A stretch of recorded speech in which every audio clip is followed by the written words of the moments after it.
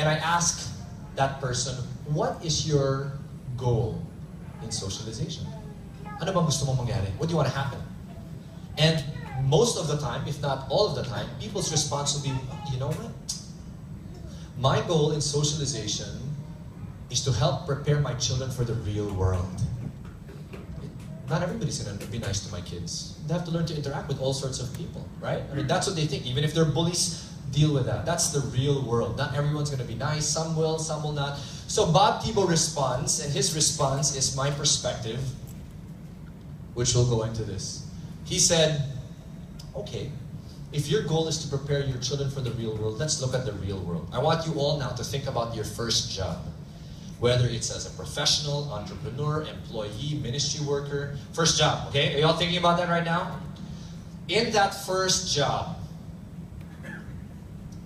were you surrounded with people who were the same age, gender, social class, religion? Maybe not. Possibly not at all. So this is what Bob Thibault says. And why is it that we think, if that is the real world, why is it that we think that by sending them to a system for almost all their formative years, they were surrounded with same age, same gender, same social class, same religion, that they will be prepared for the real world?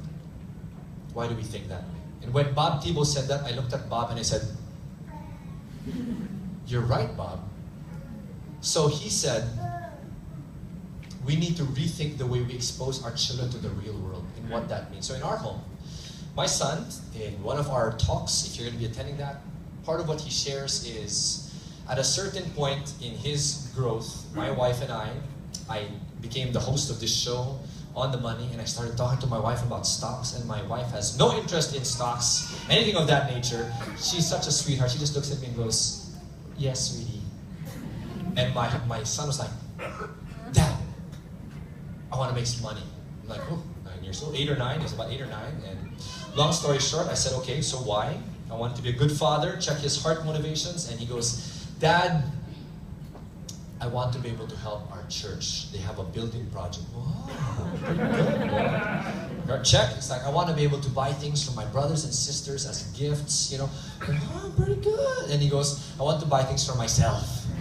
All right, that's the truth. Okay, so what do you want? It's like, I want to learn about the stock market. I'm like, okay.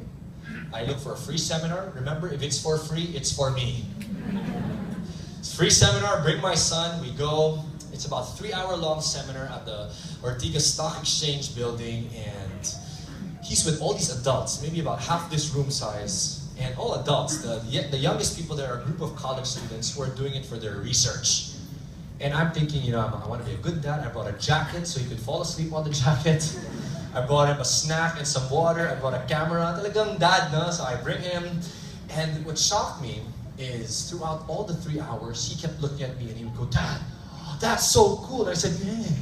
And at the end of it, he was like, Dad, isn't it amazing how Jollibee has been able to reinvent itself 3 times, and so the share price has gone off the roof? I said, who are you? But so I got him started. He was so curious, we got him started, we opened his account, and now he has an account which he monitors and invests in, and he goes around the country and now around the world, like Dubai, and this is his job with me. He makes money off of speaking with his dad. We don't do allowance, we do jobs, so that's his job, and